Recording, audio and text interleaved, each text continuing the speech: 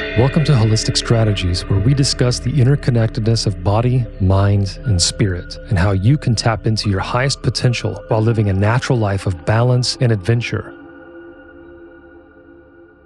In this episode, I have the pleasure of introducing you to the talented singer and performer, Kendra Kae. Kendra was one of the first people to graduate the NRT program. She has a wild story of moving clear across the world to pursue a new passion.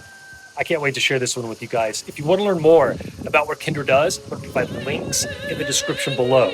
Enjoy.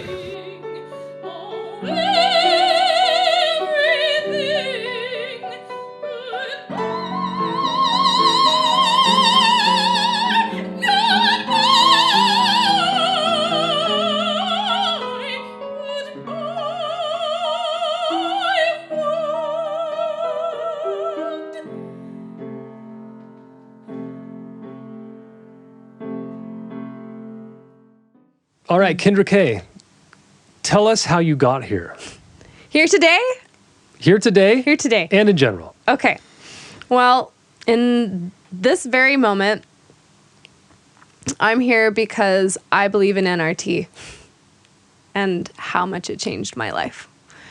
A year and a half ago, I was living in New York City, chasing my dream. I wanted to be an opera singer. I had completely upended my life, and I thought this was the right thing to do. I was like, okay, ended my career as a music teacher, ended my participation in a religious cult, ended my marriage, completely imploded my life. I thought I'd figured it out. You know, you think you figured that out.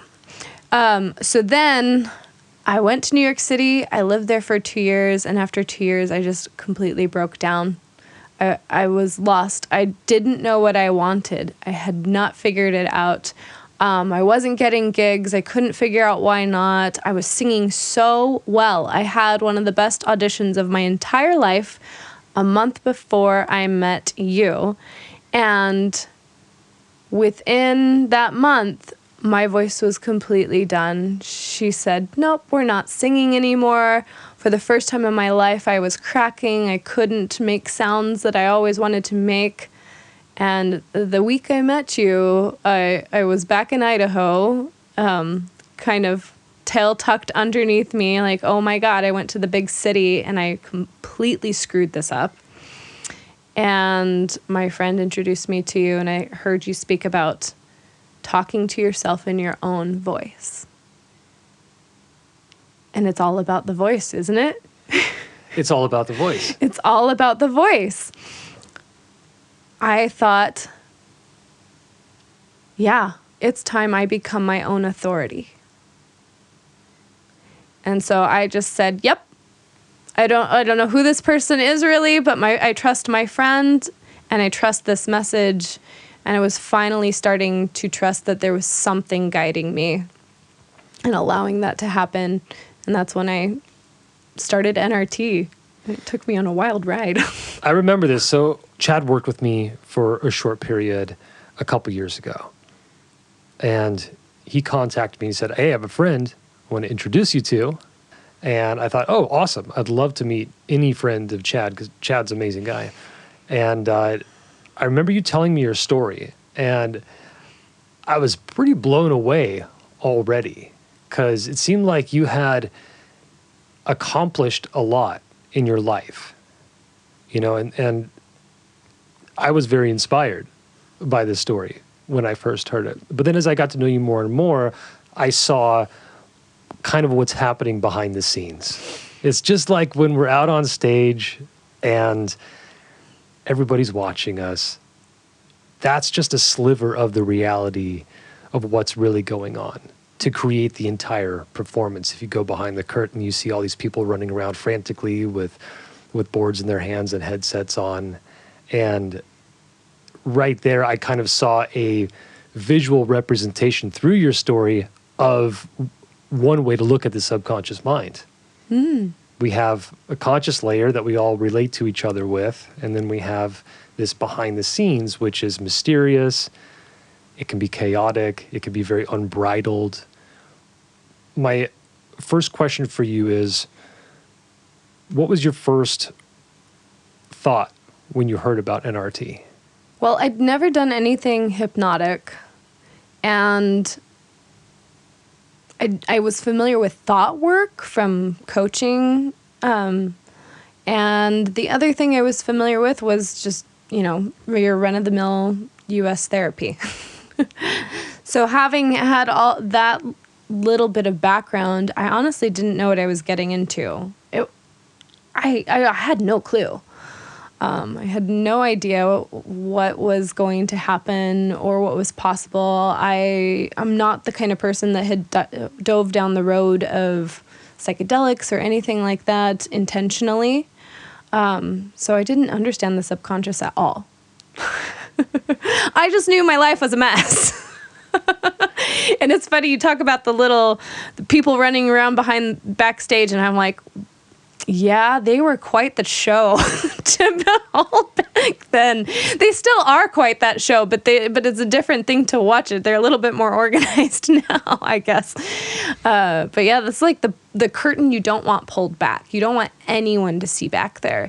And yet people do. You let people in close enough and somebody's going to see back there. And that's another way we self-sabotage, is like we don't want to let the curtain open.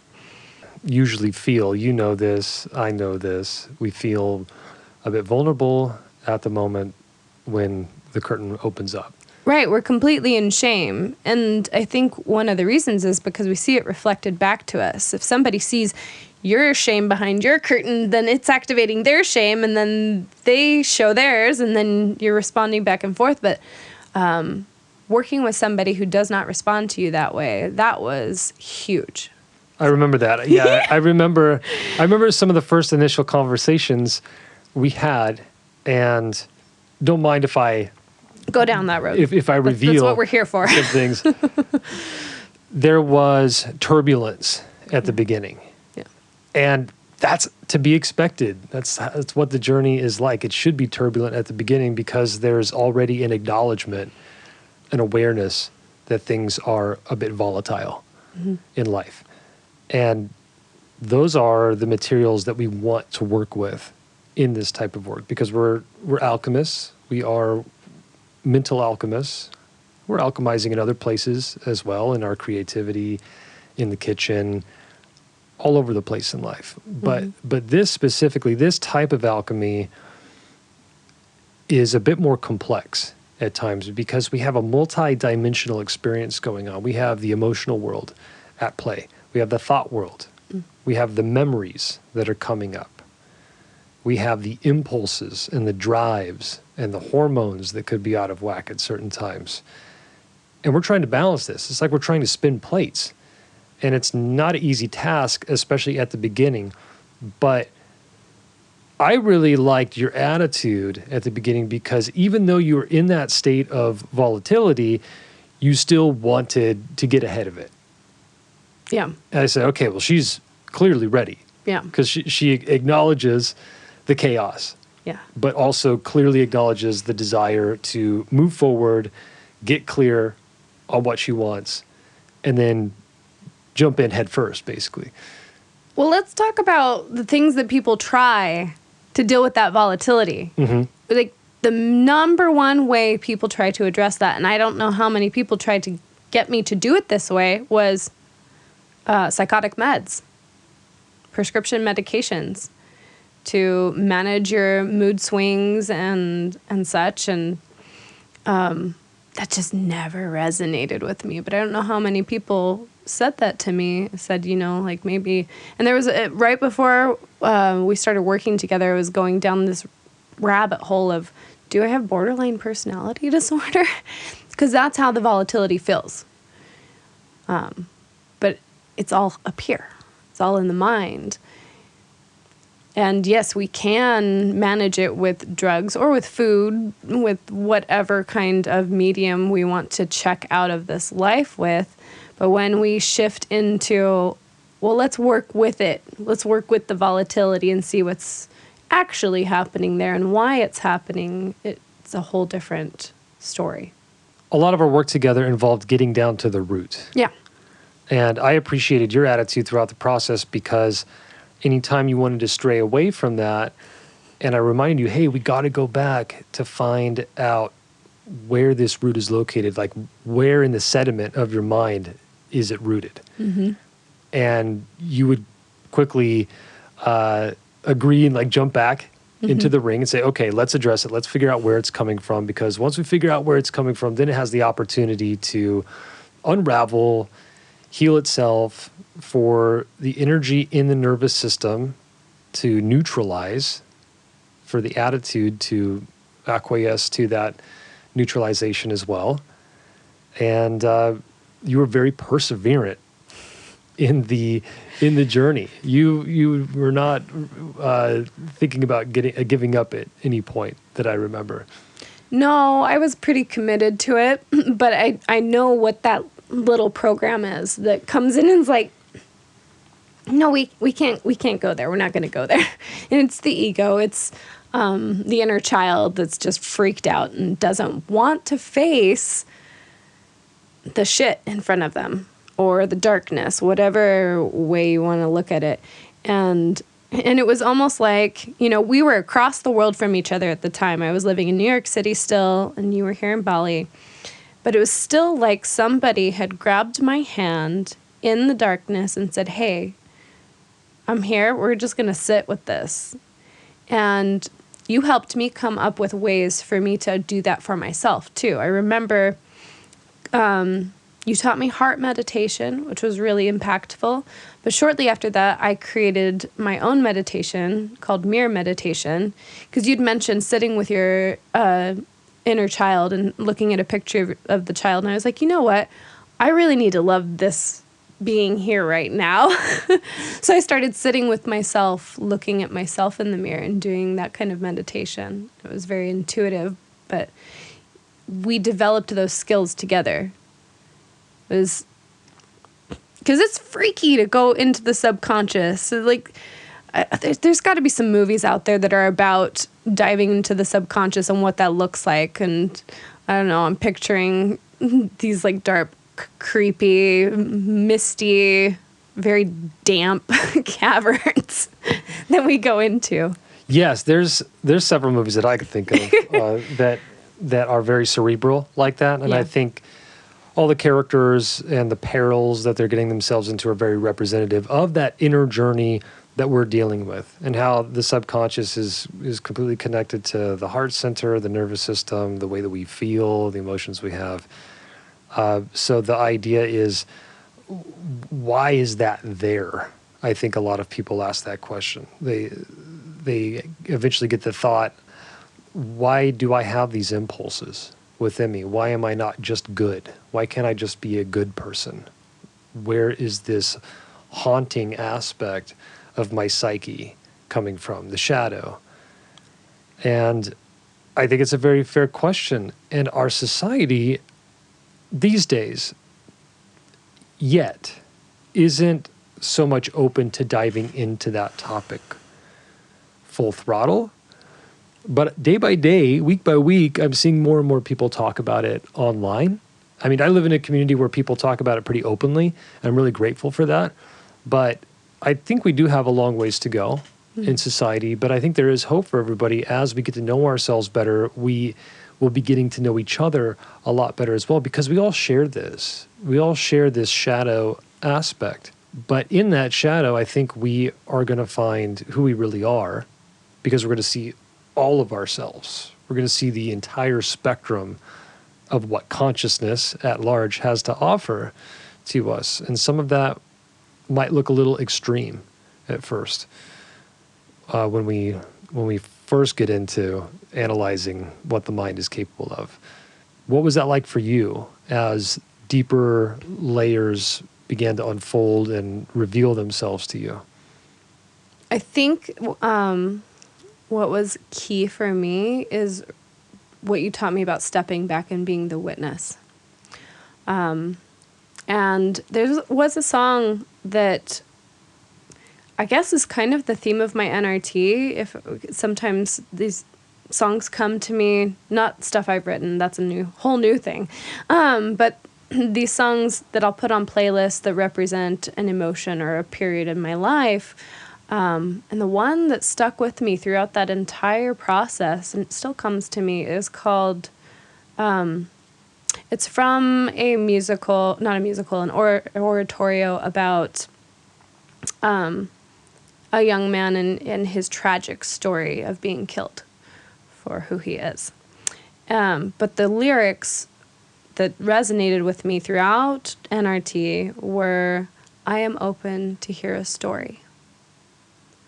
So I became open to see the full spectrum of my story rather than some fairy tale or very niche version of the girl who is always proving herself. And I started to be able to see she's also this girl who's broken, who has been through quite a lot, but not from a place of I was a victim and sorrowful about it anymore. There was no more woe is me. I had a mother who was so vain and made me feel awful about how I look. There was no, my father was so emotionally unavailable that now I have emotional issues. It was none of that anymore. That was therapy. NRT was, oh yeah, everybody's like this. And then some humor came in, and I was able to just watch it and witness it as this story unfolding, and as an artist, then became someone who appreciated my own artistic expression of my life. I think that's how life should be. Personally speaking, the way that you describe it, I think life can be like that if we're open to that, if we want our life to be like that. As you were able to see your life from a bigger picture perspective, did it clue you in as to where your life could go from the here and now forward? Did it give you any cues as to which direction things could transpire for you? Well, synchronicity is something that has developed over time in my life, because there were things that I called into being that took me to New York City. You know, I can now look back and be like, oh, wow, point A, point B, point C. This relationship led me to be open to this relationship, which took me from living with Chad to moving to New York City and trying to make a career work there, having my opera coach say, girl, you need to get your ass here. And me saying, okay, hell yes, universe, we're here. So there was that of like, these little cookie crumbs that happened one at a time, and I did have a vision, but NRT just took all of that and was like, let's throw it in a blender and see what comes out. And I'm expecting, you know, a kale strawberry smoothie, and I end up getting a passion fruit surprise. Okay. And so starting NRT, the first thing that happened was I had a dream. I had this dream that I committed suicide. And I remember waking up from it and being very light and happy. Who has a dream about killing themselves and feels good about it? But I think it was the second night I was listening to my NRT, and yeah, I had called in a doctor, and I'd asked them to give me a lethal injection. I had 3 friends there, 1 that left and 2 that just stuck around. And I said, yeah, let's do this. And he injected me. And then there was this moment of fear in the dream where I was like, oh, shit. I don't think I want to die. Doctor, can you come back? Doctor comes back. Can we reverse this? No, you're set. Like, you're on a new path. And then I relaxed and died in my friend's arms. And then I went into this dream about a beach and everything, because I thought I wanted to live on a beach. I was seeing all of your beautiful videos in Uluwatu and was like, damn, maybe I should just do that instead. So it's interesting how the subconscious and the higher self and our heart can start to open us up to things slowly. Like, the idea of living on the beach in Bali threw opera completely out the window, right? that's what I was thinking. I was like, oh, well, opera's done. we're going to look at something else. I got more and more specific about things that I wanted in my heart. But it was funny. I was not able to trust myself back then. I still didn't know, like, what I really wanted.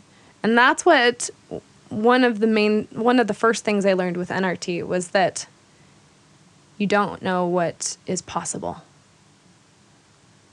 So I thought, I'm going to be an opera singer. I'm going to do all these things. And then I thought, you know what? I give up. I'm just going to go live on a beach. And when I stopped trying to tell the story, stopped trying to say, here's the thing. Well, let's go find it. Let's go chase it. All of a sudden, interesting things started happening. And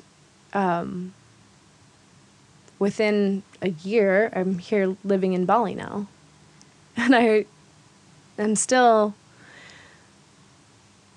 like, what is happening? And yet, I trust now more than ever that whatever's next is going to just show up. And that's how it gets. It gets fun. That's how it's supposed to be when we lose some emotional weight, Yeah. I guess you could say. The pounds come off, and the feeling of burden or impending doom, that was the one I used to deal with all the time. Something bad's going to happen, and everything's fine, but in my mind, something bad's going to happen. Once that gets shed, you can't help but feel different.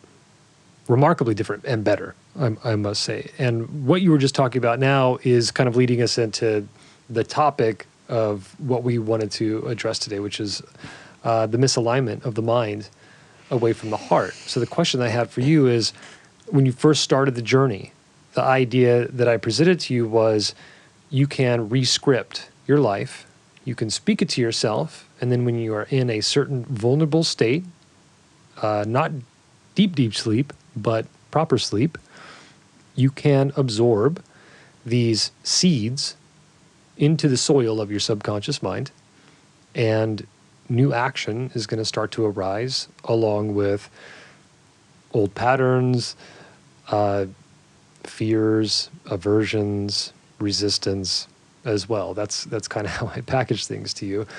From the beginning, you had a vision of how you would like your life to be.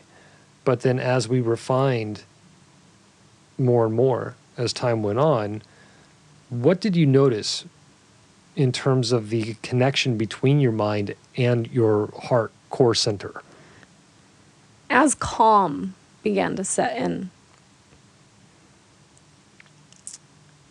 what I desired would change and shift. I'm trying to remember the first time I mentioned that to you. I remember we had a conversation about it as the NRT, my first NRT. I'm now on my second one and writing a third one because that's how this process goes. You have a vision of your life and you think, I'm going here. And as it starts to play with your subconscious says, well, this works, this doesn't work. And even more so, your higher self starts to come in, the heart starts to come in, and it's like, well, why did you want that? Oh, I wanted to live on a beach and have this beautiful beach home where I sat out and played music with my friends because I want community. So now the NRT looks different. I don't get specific. I don't say I want to live in a beach house with a fire pit and all these very specific things. I say I want to live in a place where I have community and friends around me. And that's a subtle shift. There's been bigger ones where I'm seeing that my desires for what is going to make me feel whole have completely shifted. Like, I thought I wanted to be on stage and sing, and I do love that. I love to perform. But why do I love to perform? because I want to be in this spotlight. I want to feel special. I want to have people adoring me. Do I need to be on stage to do that? What do I actually need in order to do that? And so this is how it's evolved. This is how the second NRT came out, and now the third one, I'm writing my third one because things are shifting again. As the subconscious just loses its old patterns. It is making way for a new possibility. Yeah, there's a process of revision that can take place. And the reason I think this happens most of the time is because we grew up in a society that had an ongoing, evolving culture, a type of culture, a culture that was in a very specific condition at that time. We are from the same era, age-wise, close enough. And I think we were surrounded by maybe a lot of similar types of scenarios, emotional states of the people around us, maybe affected by a lot of the same types of entertainment and all of this. And as I grew up, eventually I started to realize that my values weren't necessarily the same as all the other people around me. And I didn't know what to think about that at first. So I'd kind of just disregard that thought or whatever. I'll figure that out later if I have to, you know. But I think what NRT is helping myself, you, other people confront is how much of our desires is coming from something that we were taught about, something that we were told that we should want for ourselves. And is it what we actually want? Do we think we want it? Do we know that we want it? Do we feel that we want it? I think there's a big difference between these things. And so when we really get clear on where we would like to go, who we would like to be surrounded by in life, where we would like to live, I think that starts to change after a while as we go deeper and deeper into the layers of the mind. So what was that like for you? Well, it's interesting because I was thinking back to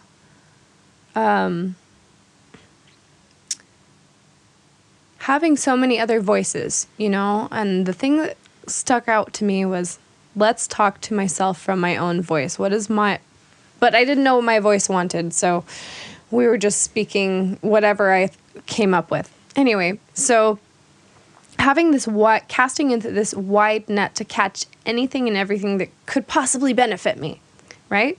So that's sometimes what we get caught up in is, well, this world has so many amazing things in it. And what NRT did for me is it gave me permission to narrow things down and be more true to what I felt, what I believe. And I've always been this kind of person that can sit with just about anybody and find some kind of God element in them. You know, I can sit with and have compassion for just about any kind of person. But that doesn't mean that we are meant to experience everything in this life. We chose to have this avatar go through the experience it's going through for a reason. And so I went from, I'm going to try everything, to I'm really going to hone in on what my heart is speaking and what my higher self is saying, because I know that there are limitless possibilities in this world. And I was really starting to see those. Some really incredible creativity has been unlocked in my mind, and I cannot wait to see what else continues to unlock. I'm writing songs for the first time in my life. The songs are really high quality, and I'm proud of what I'm creating. And yet I also know there's still more. But the universe is not going to have an easy time of bringing me about that if I am not true to my core and my center. If I'm like, oh, well, let's weigh this because so-and-so says that's great. Well, let's okay, well, let's give it a little bit of weight. Instead, giving myself permission to be like, yeah, no, that's not for me. That's okay. Enjoy. Have fun. Because I was one of those, I'm going to try everything kind of people. And there's some great value in it. It helps me as an artist. It helps me to perceive the world. But at the end of the day, this is my life. And I need to be in control of it. And it's funny because I got into this mess because I was trying to control so much. And then I let go of all the control. And now I'm starting to get the reins back. But I rode a horse recently. It's kind of like this. So I grew up riding horses, and there are two types of ways of reining the horse. You can bit rein, where you pull to the right or to the left the direction you want the horse to go, and it pulls at their mouth, and they're just kind of like, okay, I got to go this way. Or if you have a horse that is attuned enough, you can neck rein, where you're just applying slight pressure toward the direction you want them to go with the reins. I was bit reining my life, trying to make things work in New York City and follow this trajectory that everyone else was like, you're so good at this. You should be doing this. You should be singing on stages. You should be the next Pamina in the Magic Flute. You know, I was getting all of this amazing feedback, and I was just pulling those reins to try and do this. And that's a lot of work, and it's not as fun of a relationship with the horse. You're not being as nice to the horse. You're not being as nice to yourself. You're not as relaxed as a rider. But neck reining, the horse and you are more attuned to one another. And it's just this subtle control, an intuitive control. And that's, I guess, where I'm at now is like, okay, well, let's neck rein this a bit, and this is the direction I want to go. And that's leading me from this to this to this, and now I'm doing things that I didn't ever expect that I would be doing. Because I allowed for possibility, but I also am now saying, okay, well, we're going to keep it here. I'm not going to run off and go. I don't know how many people have said to me since I've been here, you should do your own kirtans. And I'm like, oh, guys, please, no. That's not what an opera singer wants to be doing. I don't want to be leading a kirtan. But I do love helping people to use their voice. And that is something that feels like neck reining to me. It sounds like the journey is still evolving. Oh, definitely. And I probably would be evolving for the rest of your life. I think it's supposed to, right? Yeah, I think it's supposed to. Some people get stuck on a loop, though. They get stuck on a loop for many, many years, and it turns into Groundhog's Day instead of a wild adventure. Yeah. But this is sounding a lot more like a wild adventure, what you're describing now. It is. Yeah. I know what Groundhog's Day feels like. I did that for 11 years, so. I think a lot of people know how it feels. I know how it feels, too. I did it for a long time as well. I had to break out at some point. Mm-hmm. Yeah, and understanding why that, doesn't work ultimately. Some people make it to the end of their days doing it, but... It's one way to do it. Yeah. It's one way to do life. Yeah. But it's not the only way. Right. And that's the thing, is we come from a society that is based on a Henry Ford model of everybody's got to follow this conveyor belt trajectory. And that really doesn't work for everybody. And so then we get, groups of people gathering together saying, this is my tribe, this is my thing, and just to stand out, but yet they're still caught up in, well, I'm going to stick out in this one spot, but I'm still on the treadmill. They're still doing the grind, whatever the grind looks like. Usually it's 9-to-5 job and But there are many ways to still be caught in the machine. I had a piece of artwork on my wall that I think, helped me get toward allowing these kind of things to be possible. And it was this beautiful steampunk art that had a really cool looking clock in work and one big gear that was beautiful. And it said, even the most exquisite of gears is still a part of the machine. And I mean, you can be part of the machine and be exquisite, but I think I was a malfunctioning gear. I don't know. It wasn't working for me. The machine was not working. And yet, I have tuned myself back to many of the things that I thought I was running from. I thought I was done with them. I was like, nope, I never want to have kids ever again. Like, I went through that phase of trying to get pregnant, trying to be a mom, and I felt confined. I felt like a bird in a cage. I felt like I was on a conveyor belt that somebody else had set up for me. And when I was able to step off the conveyor belt and live my life my own way, I'm like, oh, wait. Heart says, you do want this. So that was one of the major ones that I thought, okay, my head was really screwed up. The heart was always trying to get me somewhere, somehow, because this universe will throw you what you want, and I got thrown it in many weird ways. I joined Mormonism and spent many years in there. They praised me for my singing. They gave me depth of thought. They told me, be a mom and all these things, and so I was fed there in many ways of what my heart wanted, but my mind was so messed up that it really wasn't aligned. It wasn't working. And now it's funny, I'm coming back around to all of these things with a completely different perspective. Why do you think it's hard for most people to listen to the heart, from the mind to the heart? Why is it hard for the mind, basically, to listen to the heart? The heart knows there's more possibilities. The heart's the dreamer. The heart is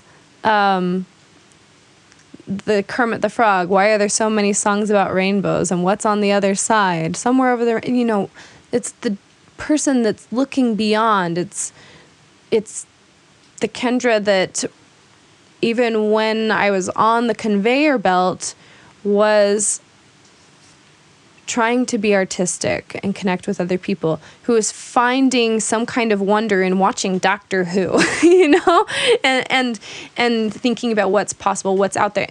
And when I first started NRT, most of my dreams were Harry Potter dreams.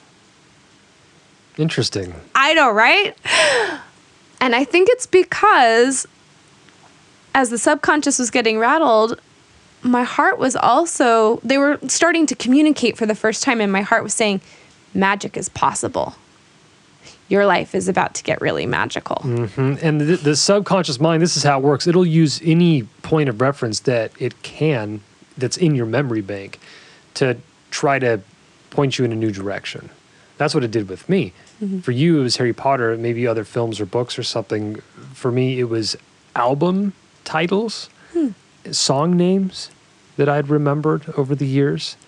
And it's like something came alive around the age of 25 and started using the memories of all of these different song titles and album covers and whatever to lead me in this completely new direction in life. It was super trippy, to be honest, but it led me to realize that this is just how the subconscious mind is going to work. Any point of reference that it can use, something that you've experienced before, a book that you've read, even maybe a religion that you practiced as a child, it will use all of those stories from that database of your memory to try to bring something new and fresh into your life, but only if the mind is willing to listen to the heart. And that's a difficult process for a lot of people to dive into. I feel like in my own experience, there were many layers of fear of the unknown in general. And usually that would result in a deeper fear of a possible loss happening. Like, I don't know if I might lose something, like my life or my body. And that was driving my impulses. And it was making things awful, basically, unfulfilled. And I think a lot of people feel unfulfilled. But when the heart opens up, it's going to feel scary. at first. It might even feel a bit foreign to a lot of us, new, because we're so used to using just our mind, and much of the time just our logical mind for a lot of us. So allowing this hemispheric balance between our logic and our creativity is a beautiful thing, but then it can happen on a vertical level as well. And when I see the head and the heart coming together, they're going to meet right here at the throat, at the Vishuddha chakra, and that authentic, genuine expression is allowed to come out. And in your case, it's quite literal. It is quite literal. So we have to talk about, I mentioned that my voice was cracking right when I met you. I was just so frustrated. But even as we installed the NRT and we were working through things, how many times did I message you and say, I think I'm done. I think singing's not happening for me. Yeah. And it didn't make any sense to me at all. I'd be like, why is this woman given an amazing talent only to lose it in her early 30s? That just doesn't make any sense to me at all. What it does sound like to me, though, if I know how this life works, at least to a degree, is it sounds like a test. Or it sounds like a rite of passage or a gate that you're going to have to go through. And what does it sound like? It sounds mysterious because you don't know what the outcome is going to be when this was going on. You had no idea. You were doubtful. You were questioning it. Anybody would be feeling like that.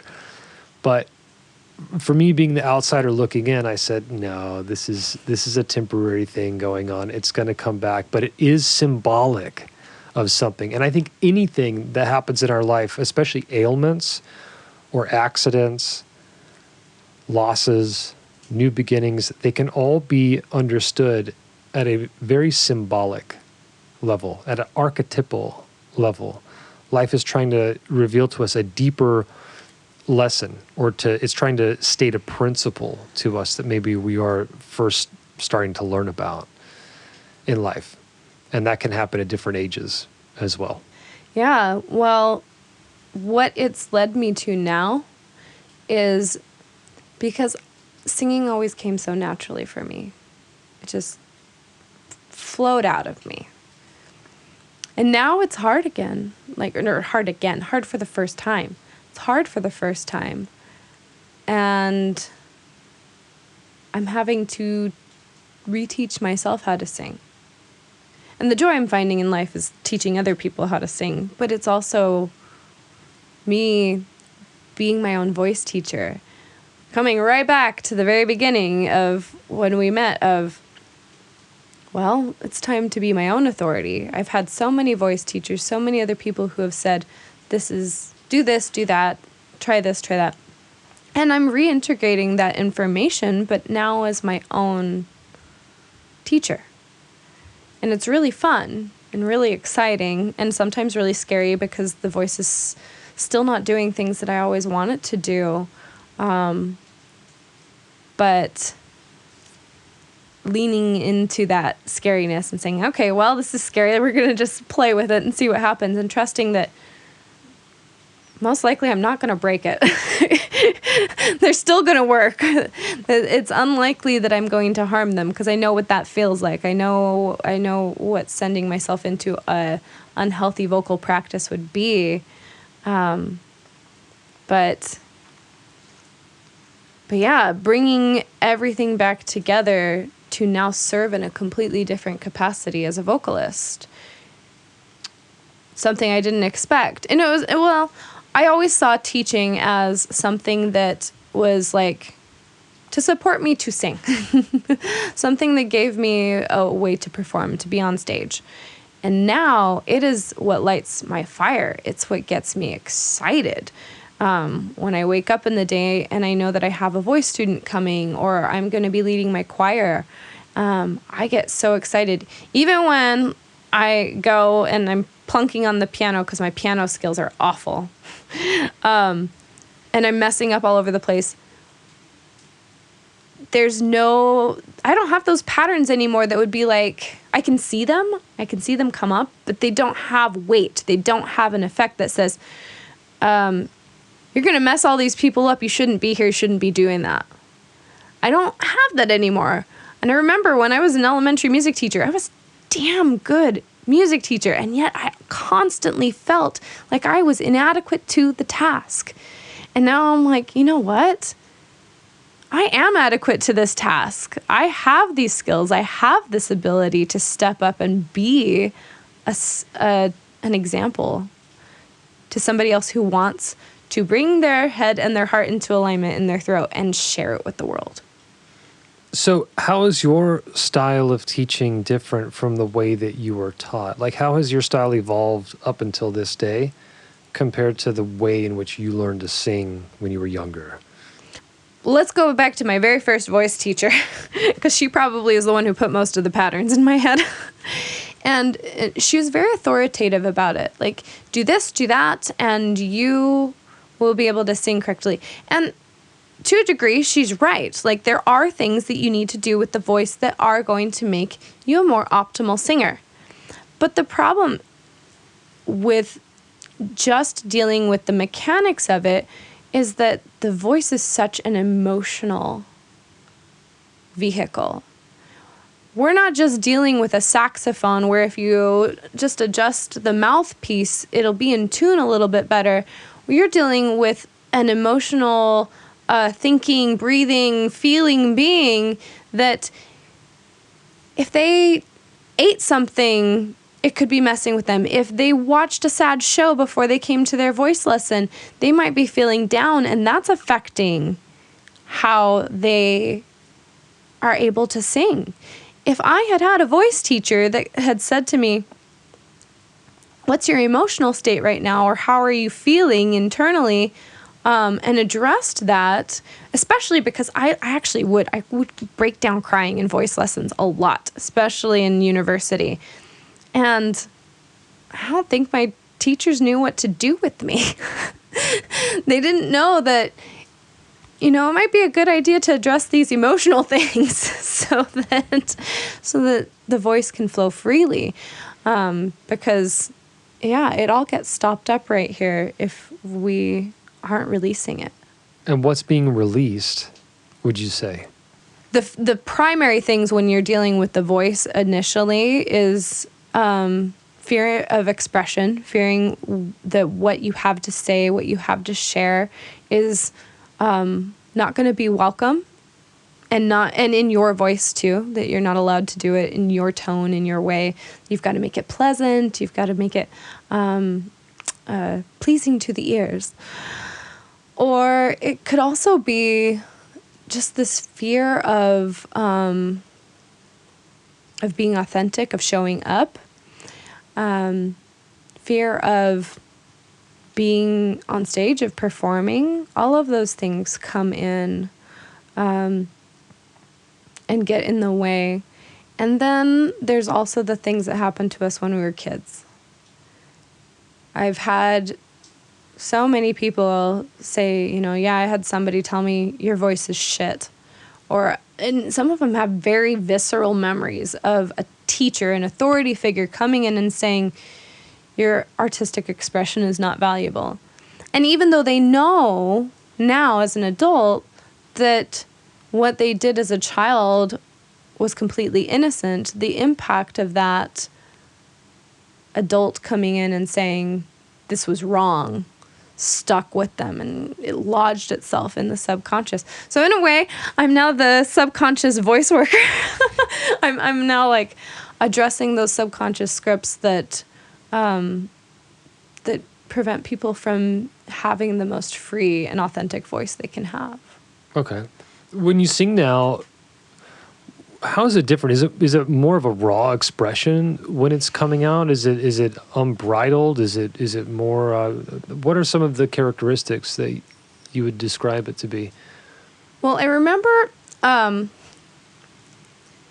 I would say my sound is more diverse and more full now. It has a bigger spectrum. It's not so narrow, even though supposedly that's what we were doing. We were broadening my ability to sing with different colors. The emotion wasn't there. And I remember the last voice lesson I had in New York City, I said to my teacher, I just want permission to make an ugly sound. And she said, "Oh, my dear, this is opera. There are no ugly sounds." And at that time, that broke me. I was like, "Wah! How could you?" Like, you just hurt my inner child. And my ego was like, "Oh, that's such an awful thing to say to somebody." And the Fred Rogers inside of me was like, "How could you not be more compassionate? How could you not like me exactly as I am?" And now I get it, and I'm like, "Oh, it's fine. It's fine. That's the opera deal."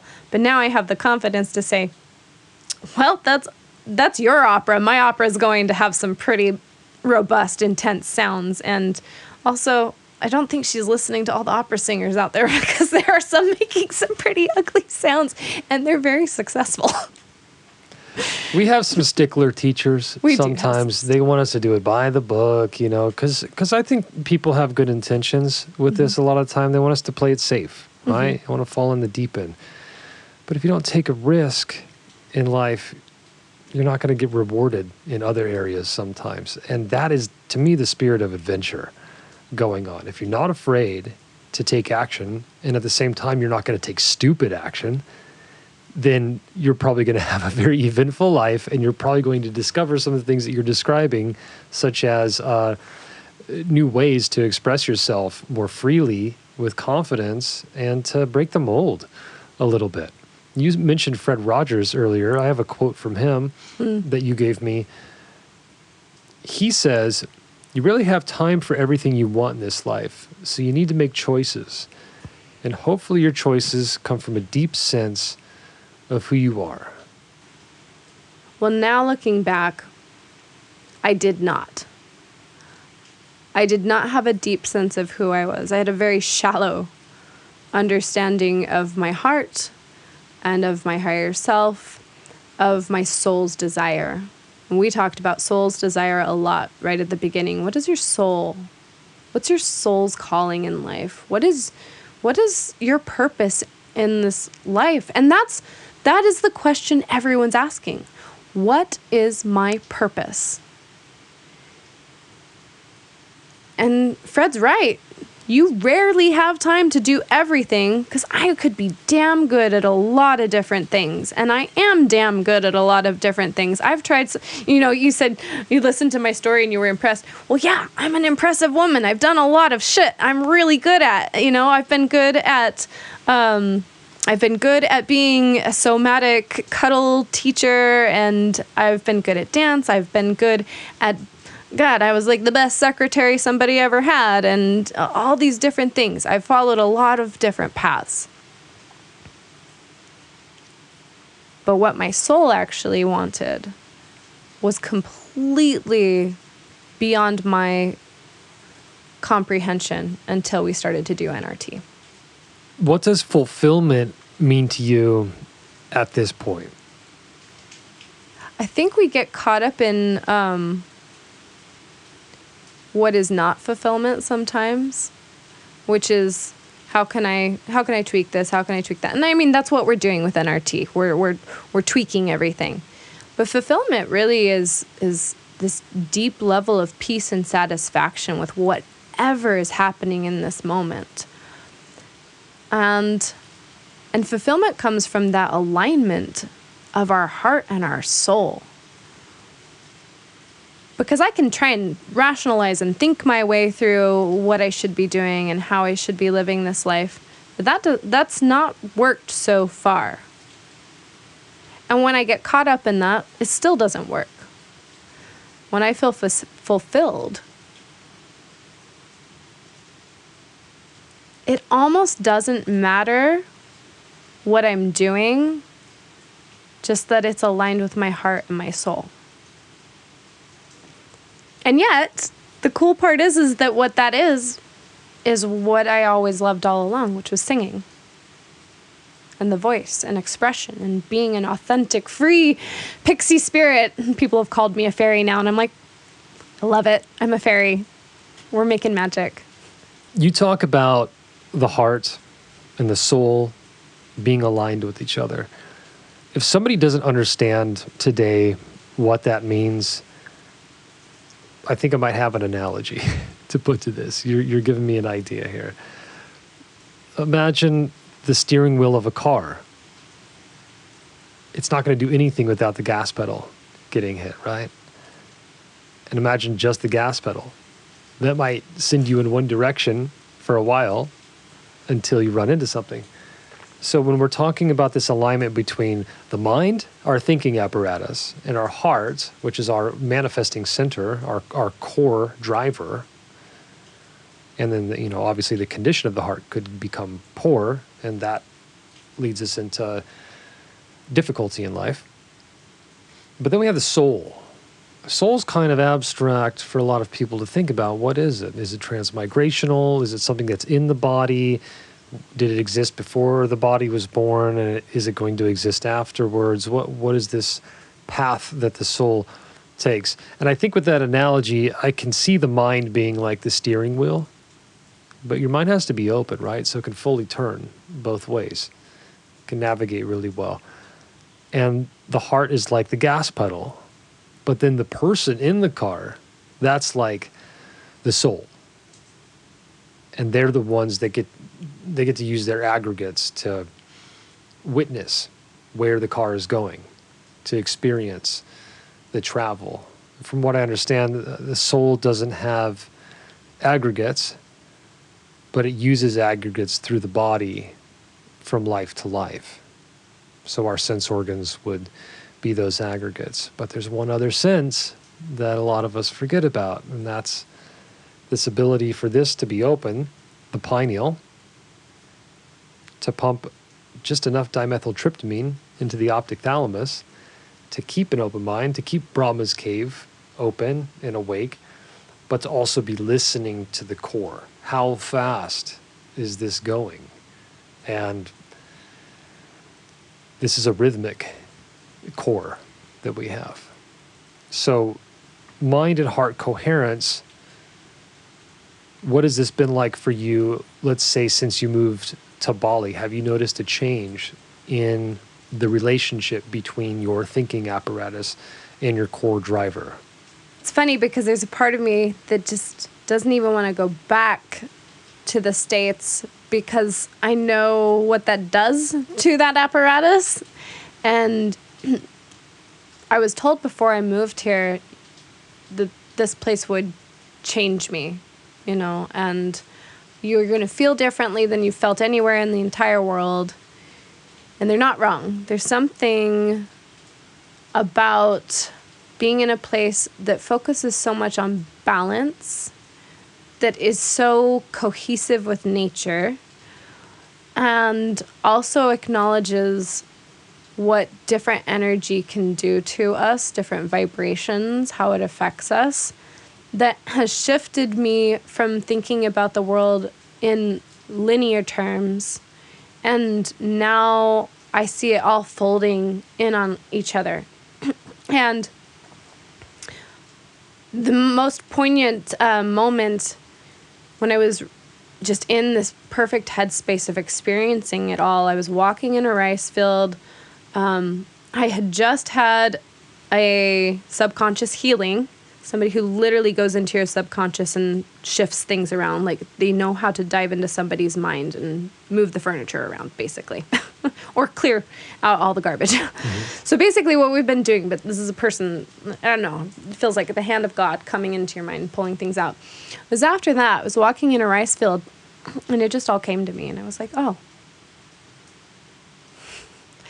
Some people get it when they do like a mushroom trip or something and they get into that headspace and they just start to feel this complete oneness with everything. And then before you know it, I'm walking down a rice path singing, "You are everything, I am everything, we are everything, all is one." It was just so simple, but it resonated. And the amazing part about this song is that I've taught it to people since. And when they sing it, they go into this state of being one with everything. So I no longer try to rationalize things that I tried to rationalize before, because I honestly don't know what the scientific answer is behind this. And before I would be like, oh, I got to figure this out. Like, this makes no sense. And then I would probably just throw the baby out with the bathwater kind of thing. But now I'm just like, no, wow, this is cool. I'm witnessing. I just see the world as magic now. Everything's magical. And it's a trip. Rather than it is... it's not the hero's journey anymore, you know? I'm not here to prove, to go on an exodus, but rather I'm still on a journey. I'm still on a trip. I'm still having experiences that are pleasant, unpleasant, everything in between, but I don't feel harrowed by it. My soul is not dragged down. Because it's all going to be okay. Even the scariest shit that I could have experienced, it's all okay. And that I have. This soul has experienced many very traumatic things in this life, in past lives, and ancestral things. And I don't care what anybody says about trying to rationalize that. Well, how do you know? It doesn't matter. It really doesn't matter. Can you just trust that we're on a ride and, like, enjoy it? You've hopped on a roller coaster and you're just going to be on it until the end. So each up and down might as well give you some butterflies. That's life. That is life. Yeah. Yeah. So my whole outlook on life is completely shifted. I'm the same beautiful being that I always was, and yet I'm a completely different being. Or maybe she was always there and now I've unearthed her. It sounds like she might be all of your potential being available. Yeah. Not hidden away in any way. I think a lot of us hide our potential, or we feel shameful for it. We feel scared of what it might turn into if we let it out. But it's funny, every story that I hear, including yours, that talks about somebody uncovering their potential involves letting go of fear, embracing trust, embracing the fact that they are loved, and being completely honest with themselves. Yep. We're both Libra sun, so we might get this better than some, I don't know. But life, to me, and possibly to you as well, is really all about relationships. It's about connections and strong bonds that are long-lasting and that can help a community flourish, that can help a nation flourish, that can help a society or a city to flourish and to maintain integrity during the time of its existence. And yeah, there's a season for everything. There's a season for collapse. There's a season for social decay to happen. And I think we're seeing a lot of that in the world these days, a lot of social decay. But that doesn't mean you or me or you out there have to become engulfed in it. If you wake up and you realize that you don't have to play the hero card, like you mentioned before, you don't have to play the villain card either. You don't have to play the victim card. You don't have to play any one of these cards. Somebody's always going to try to get you, hey, play one of these cards. It's a good card. But what if you just stop giving a fuck about these cards that you got to play and just be authentic and let go and trust? It sounds hard, but it's very simple. I'm not saying it's easy, but it is simple. We could at least acknowledge the simplicity in that. Now, everybody is going to have a different way that plays out with them. Some people are more stubborn than others. I'm very stubborn. I have a very stubborn subconscious. But that's probably one of the reasons that led me to getting into this type of work in the first place, is because I was fascinated. How can I break this paradigm of the world that I have that's not working and deliver to myself something completely different that feels better, that looks better, that sounds better, and allows me to generate authenticity from my core. That's what I wanted deep down, even though part of me didn't want it. The stubborn part didn't want it. But at some point, you hit a crossroads, you hit a fork in the road, and you say, what's my true value here? Is it to hide? Or is it to just drop the stuff that's not working and embrace your power? I think that's something that we can all acknowledge. Every human, every Homo sapien in this world, they can acknowledge their power, their innate, latent power within themselves. We all have it. We do. Yeah. We are all incredibly powerful beings. I think that's what made me so sorrowful for a long time, was witnessing other people not embracing their own power and not realizing, too, that I was also not embracing my own. When you step out of that narrative, what's possible? To become a person who lights people up and allows them to say, wow, I'm really cool. Or, oh my God, I didn't know I could do that. For me, with the voice, that's what I'm stepping into, is when I get someone to be able to sing in a way that they never thought was possible. But I know it's possible because I know that for the most part, our anatomy is all the same.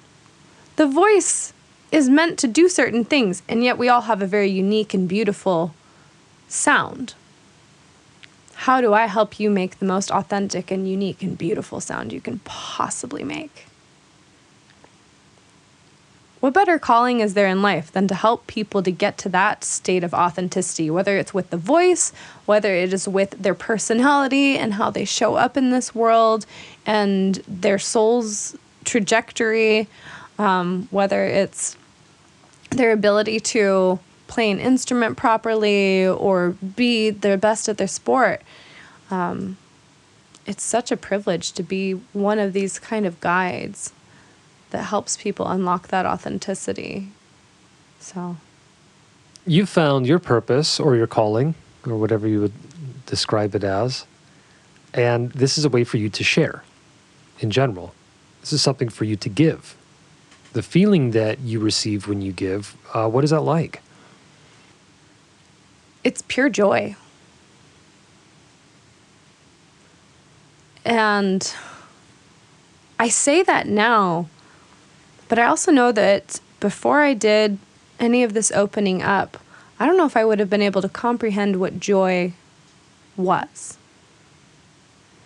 You know, I was so blocked from it. I couldn't access those vibrations.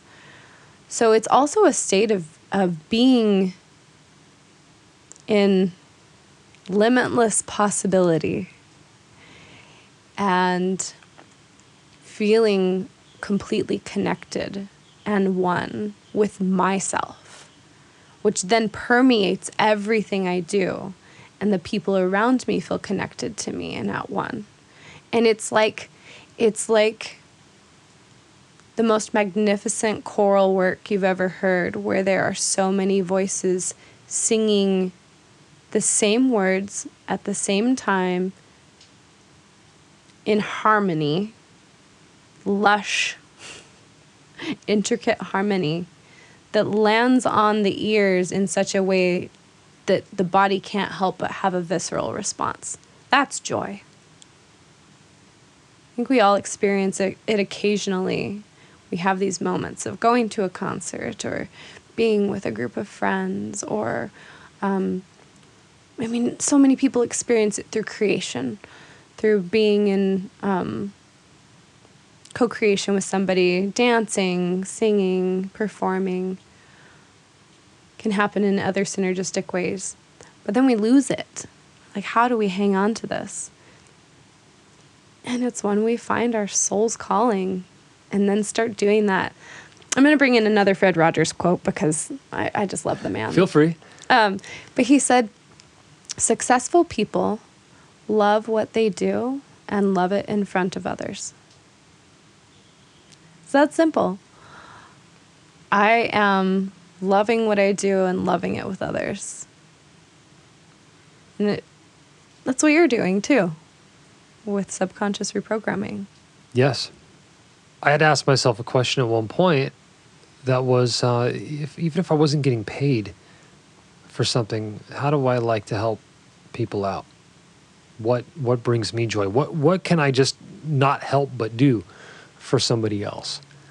And then something just clicked at that moment. I went, I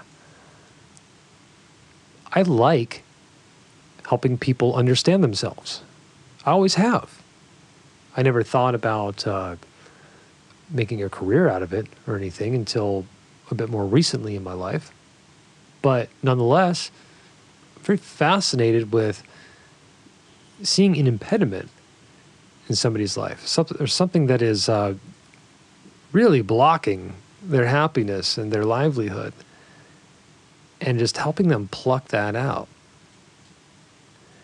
It brings me a lot of joy. And I can't say, to be honest, that there's a whole lot of other things in life that bring me that type of joy in my life. And I think that's why I always come back to this type of work. You have your thing, I got my thing. And I think as more and more people in this world find their thing that they just can't help but want to give to people, and it's totally genuine from their center, without a doubt, that's going to be a much happier world to exist in. So much.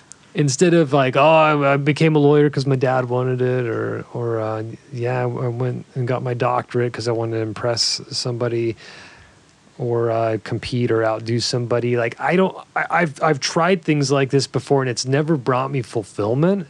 But what did bring me fulfillment was finding something that I could look somebody else in the eye and see how happy they are. I'm like, okay, I want to do that again and again and again. If that's possible, how can I find a way to keep doing that again and again?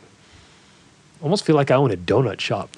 Right? Or something, right? Just like a really simple thing. You're the candy man. Yeah. Everybody's happy to see you, and you're happy to see them.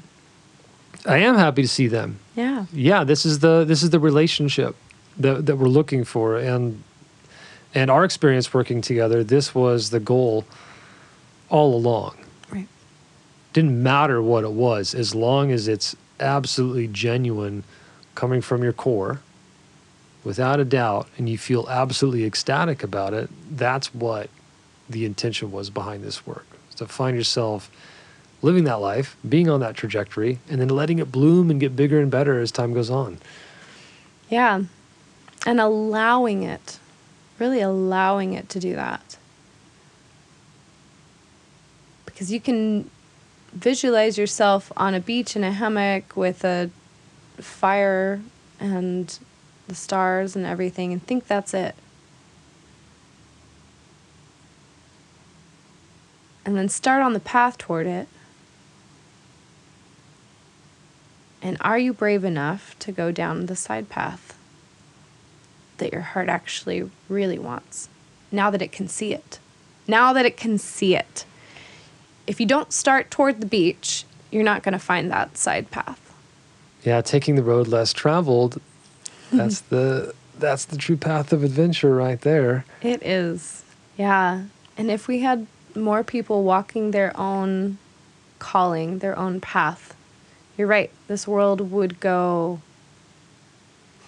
so far, so fast. Because that's true connection and true communal living. When we're all trying to do it all, or just do what we're told we should do, rather than stepping into what are we most powerful at doing and only do that.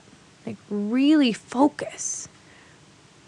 That was another thing. I was all over the place. I was like, well, let's be a singer. Let's be a coach. Let's run events. Let's teach people how to cuddle. Let's be a dancer. I was doing so many things. And I was like a Jill of all trades.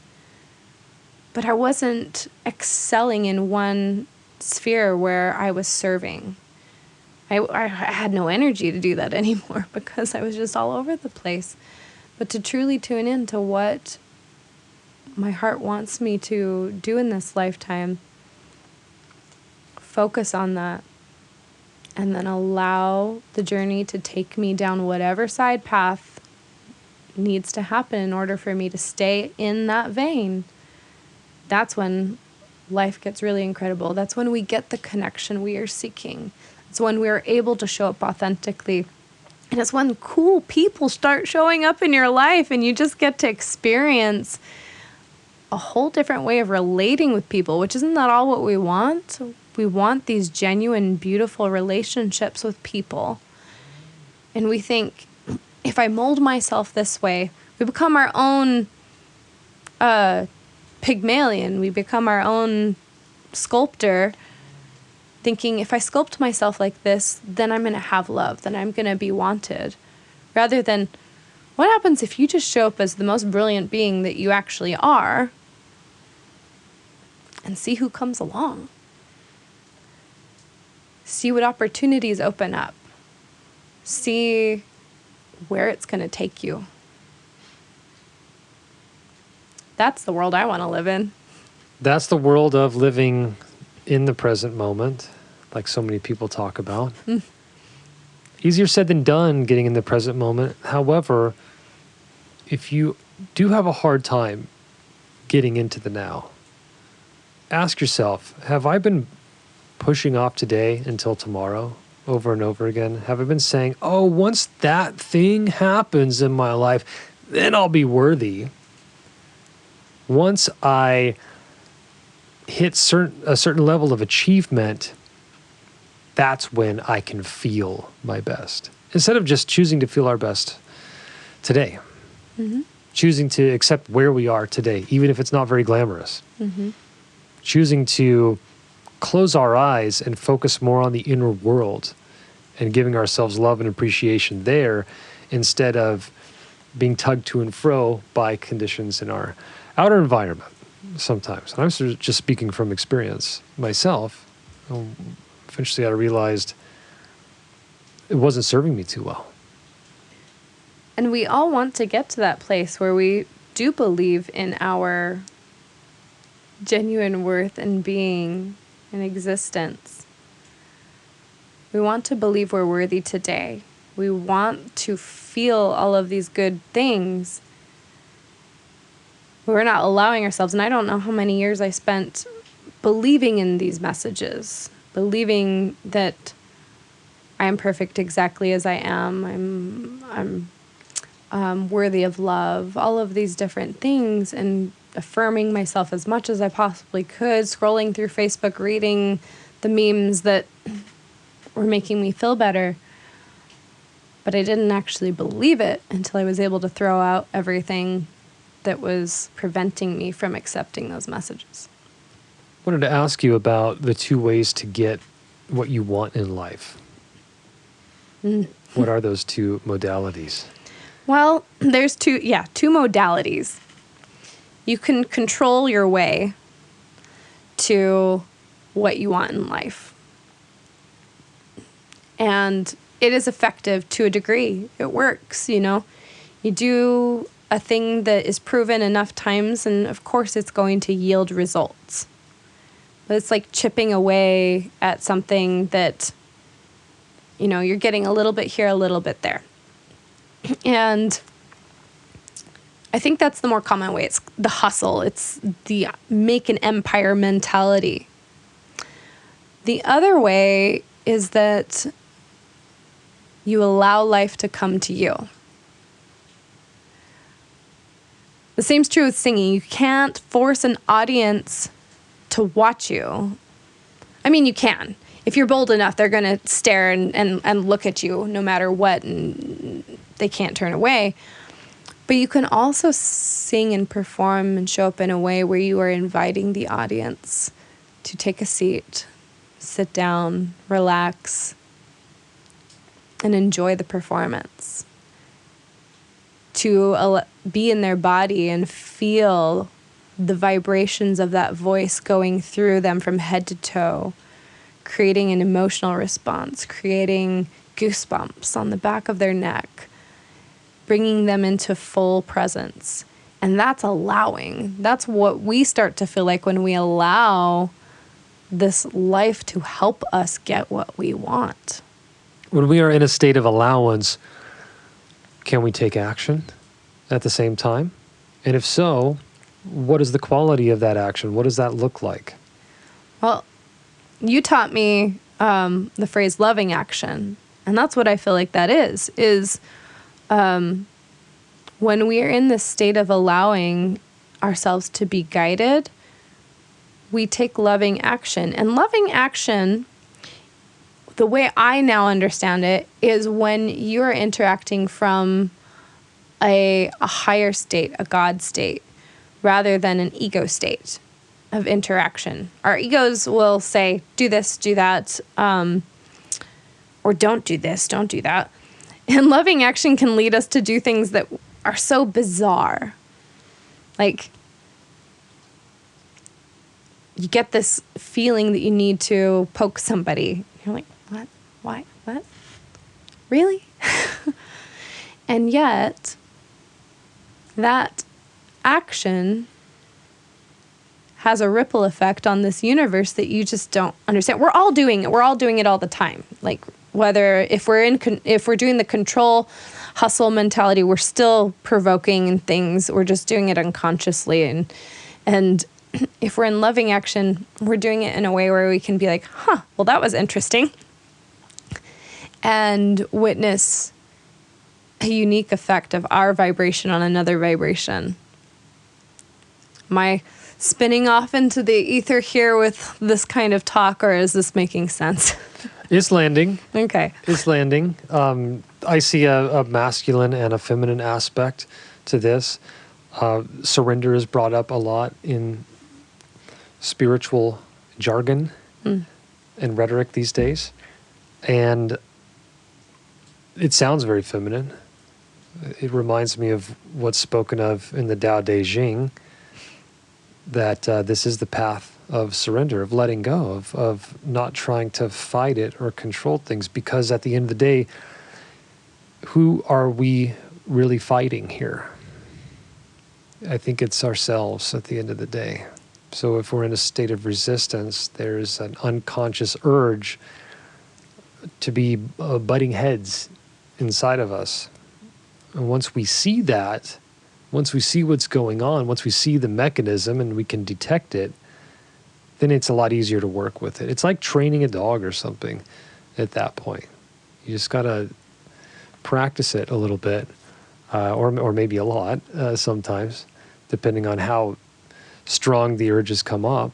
But it is possible to work with it and to allow that control to fall by the wayside, become open-minded, become non-judgmental about what you see in front of you, and say, maybe I'm going to remain in a state of being inconclusive about things today. Maybe the appearances in front of me don't completely specify what's really going on behind the scenes of everybody's lives that I'm intertwined with at the moment.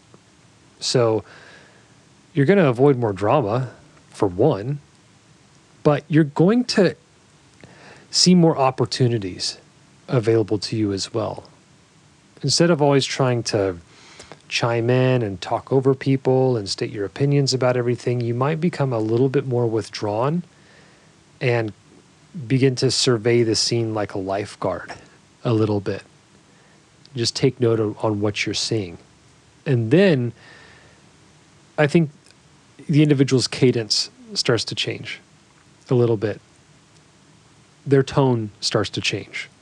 Where they were once maybe a little bit more rough, they might become a little bit more soft and easygoing. It's going to be easier to practice empathy at that level as well. It's going to be easier to see the suffering in the people in front of you in life as well. You're going to be able to relate to it. But yeah, it does take some courage and a willingness to drop your concerns. Yeah, compassion comes in with this ability to accept everything as it is. and to step back and observe it. And wait. And wait. And wait some more. And maybe one day, loving action comes in and says, do this. And then you act. And then you see a miracle. When we plant seeds of love through our actions, it's not coming from a place of trying to get something. But if you are planting seeds, we're all doing this. We're all planting seeds in the garden of life with our actions. If it comes from a place of fear or resentment, we're going to have to eat the fruit of that at some point. So by witnessing that in my own life and experiencing that, I eventually learned to take a step back and say, where are my actions coming from? From which place within me are these actions coming from? Am I trying to protect myself? Am I trying to shield myself? And as you start to ask these questions, that's when the honesty really starts to come forth. And you admit it and go, okay, that's just the old program falling apart. It's dying. I don't have to identify with it. I have to say, oh, that's me. You don't have to be one or the other. You can just witness it. And as time goes on, the tightness that program has over our actions starts to become more and more loose. And you'll notice this as you walk this path in life. You'll stop clenching your jaw. You'll stop feeling this tenseness sometimes in your muscles. Those feelings of stress that you always get in the same place starts to neutralize. It has literal effects that we can see and observe that will eventually change our life. Do you want to talk about vibration? Oh, well, it's my favorite topic. Let's go into vibration. Let's go into vibration. So something about vibration, like I see it in everything, and we're all vibrating all the time. Everything moves to some degree. Every atom moves. So the universe likes to put like vibration with like vibration, harmonize everything, make beautiful music. So if you are creating one tone, you're going to invite tones that harmonize with you. And this world is going to bring those to you to be in tune with whatever frequency you're in. So if you are like those seeds, the seeds are your vibration. If your vibration is fear, that's the seed that you're starting. And that means that when it sprouts, it's going to be more fear. And it just perpetuates over and over again until we can transition ourselves into planting seeds of joy, creating vibration of joy that yields more in the future. Something that I know is coming down the road for me is how do we create music that is much more intentional with vibration to have a specific effect on the audience that takes them into a specific state of mind. And I know this is possible. These are the new possibilities that have opened up to me as a singer. I knew as an opera singer that I was having an effect on an audience. I was telling a story, bringing them in, causing emotion, and it's art. Like that happens when you watch a movie, especially a movie with a good soundtrack, because the music amplifies that even more.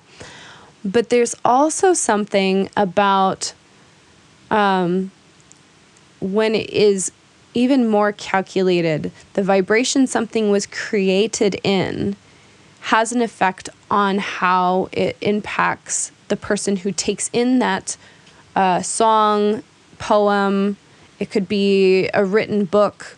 If somebody was in a certain vibration when they write it, the person who reads it is going to sense some of that. They're going to bring their own, but they're going to sense some of that as well.